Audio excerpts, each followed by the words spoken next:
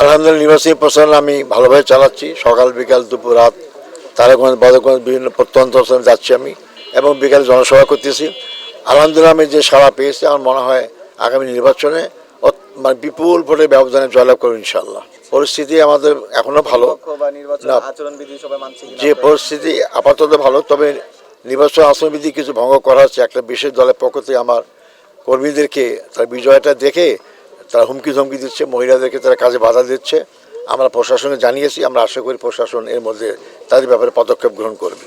সমস্যা তো দুইটা, একটা হচ্ছে দেশীয় সমস্যা, একটা এলাকার সমস্যা। আমরা যদি রাষ্ট্রীয় দায়িত্ব পাই তো আমরা রাষ্ট্রীয়ভাবেই সমস্যার সমাধান চেষ্টা করবে। এলাকায় আমার সমস্যা আমি জানি, এখানে আমাদের যেমন পৌরসভা আছে, এখানে মানে বাইপাস রোড নাই, মানুষের এত যানজট হয়, মানুষের কাজ তো স্থবির হয়ে যায়। এখানে আমি দেখেছি আমাদের কর্মসংস্থানের খুবই অভাব, আমরা সে ব্যাপারে পদক্ষেপ নেব ইনশাল্লাহ। এখানে মাদকাসক্ত খুব বেশি, সীমান্তের কাছাকাছি মাদকের খুব ছয়লাভ, আমি সেটা বন্ধ করার চেষ্টা করবো ইনশাল্লাহ।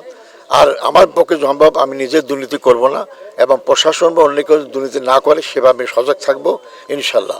দুইটা হাসপাতাল তারাগঞ্জ বদরগঞ্জের, এটা খুব অপর্যাপ্ত ঔষধ এবং আধুনিক মানে আধুনিক যন্ত্রপাতি নাই বললেই চলে।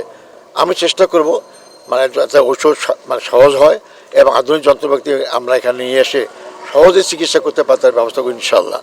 আমার এলাকায় শ্যামপুর সুগার মিল, যেটা আমরা যখন মন্ত্রী ছিলাম আমাদের নিজামী সাহেব, তখন এটা লাভজনক ছিল। অত্যন্ত দুঃখজনক হলো বিগত সরকারের সময় এটা অলাভজনক হয়, ক্ষতির সম্মুখীন হয় এবং বন্ধ করে দেওয়া হয়। আমি যদি দায়িত্ব পাই ইনশাল্লাহ আমি চেষ্টা করব আমার বন্ধ এই কারখানাকে চালু করার জন্য, যাতে আমার এলাকার শত শত নারী পুরুষ চাকরির সুযোগটা পেতে পারে।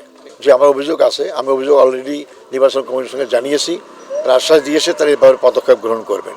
বিশেষ কিছু দলের লোকদেরকে প্রিজাইডিং অফিসার করা হয়েছে, যেটাকে আমরা মনে করি নির্বাচনের ব্যাপারে অবাধ সুষ্ঠু হওয়ার একটা আশঙ্কা আছে। এই জন্যই আমরা নির্বাচন কমিশনকে জানিয়েছি এবং আশা করি তারা পদক্ষেপ গ্রহণ করবেন।